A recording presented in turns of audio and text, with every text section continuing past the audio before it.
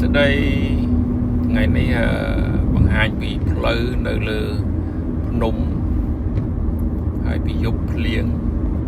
ដល់ព្រឹកភ្លៀងបន្តរលឹមបន្តរហូតហើយមេឃល្ងឹតរហូតនេះម៉ោង9ម៉ោង10ហើយនៅលើដងផ្លូវធំគឺយើងពិបាកបើកដោយសារយើងភ្លៀងវាស្អាប់កញ្ចក់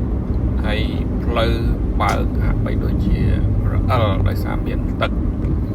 អញ្ចឹងហើយបានជាឲ្យបងប្អូនប្រុងប្រយ័ត្នក្នុងការបើកបរនៅពេលភ្លៀង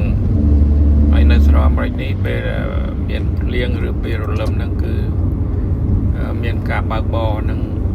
ហាក់បីដូចជាមិនសូវហ៊ានលឿនទេដោយសារផ្លូវវារៀងរអិលចឹងហើយបានជាខ្ញុំបង្ហាញរូបភាពនេះហើយប្រហែលថ្ងៃនេះគឺភ្លៀងរលឹមជាប់រហូតចឹងសូមបងប្អូនទស្សនាដោយមេត្តាករុណានេះជាការបង្ហាញតិចតួចរបស់ខ្ញុំហើយក៏សូមជូនពរបងប្អូនសំប្រកបនឹង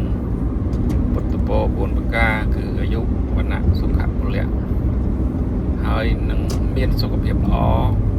រកស៊ីប្រកបទទួលទានបានគ្រប់គ្នាជូនពរសុខសប្បាយទាំងអស់គ្នា